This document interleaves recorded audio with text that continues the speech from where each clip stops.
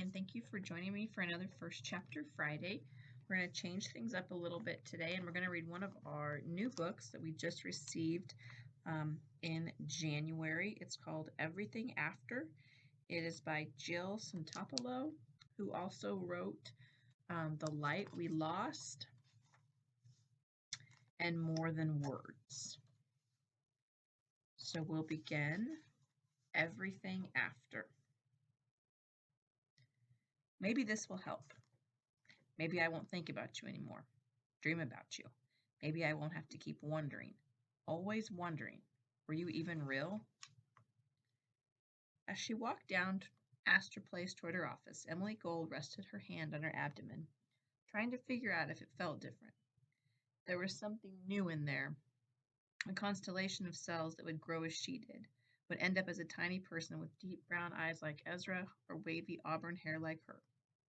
Emily hadn't known she wanted a baby until she met Ezra. Then the idea of creating a child with him, of having another person living in this world who had his intelligence, his compassion running through their veins, it seemed like something she would have to do. The way she had to breathe, to blink, to swallow. And once she wanted it, once she knew it had to happen, she became immediately afraid that it wouldn't, that she couldn't. The fact that they'd put it off for a couple of years didn't help. Ezra had wanted to get a promotion first, a raise, an apartment, to make sure they'd be able to give this child everything they possibly could. Now the time was right. They'd been trying for 7 months, months of hope and anticipation and disappointment. And now she was late, only by a day, but still. Every hour made it feel more real, more possible. Dr. Gold? Emily had been walking up the steps to NYU's School of Global Public Health and turned her head as she swiped her card key through the lock on the front of the building. Tessa, she said to the student looking up at her. It's good to see you. I hadn't realized you were back. Tessa smiled. Her eyes looked tired, but the grin was genuine. I'd been meaning to come by, but there was a lot to get settled. How's the baby? Emily asked her.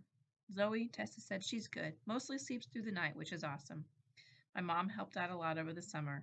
Zoe and I went to Ohio while Chris was starting his new job here. But now we're back, and it's just me and him and Zoe. We've made it through our first week. I found a couple of freshmen who are up for babysitting while I'm at class. So far, so good.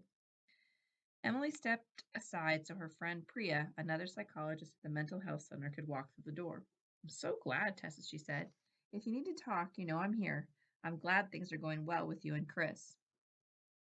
Emily didn't trust Chris, not after the way he'd initially reacted, not after the hours Tessa had spent in her office in tears. He seemed self-absorbed, not understanding what a pregnancy would mean for Tessa, not fully accepting his part in it.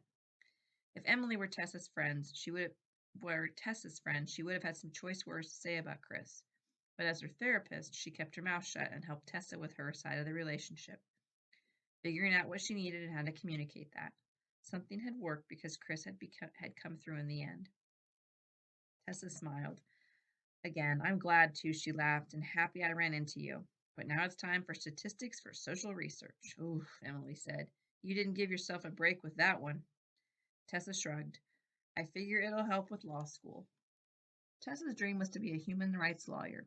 She wore socks with Ruth Bader Ginsburg's face on them and had spent half a session once telling Emily about Amal Clooney's life story. Emily had enjoyed hearing it.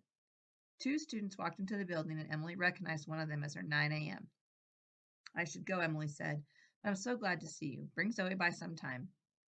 Tessa hiked up her backpack. I will, she said before she turned away. Emily really hoped Tessa would be okay. When she'd come to the center last year, she'd been so petrified of being pregnant, telling her boyfriend, telling her parents, of what this would mean for her life and her dreams and her future. Emily helped her through all of it. She'd even gotten permission from the clinic's director to see Tessa as a long-term case.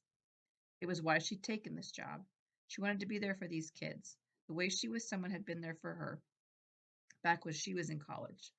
Someone more than her sister Ariel. Luckily, later she'd found Dr. West, who changed her life and changed her path. She wondered sometimes if Dr. West found the job as difficult as she did.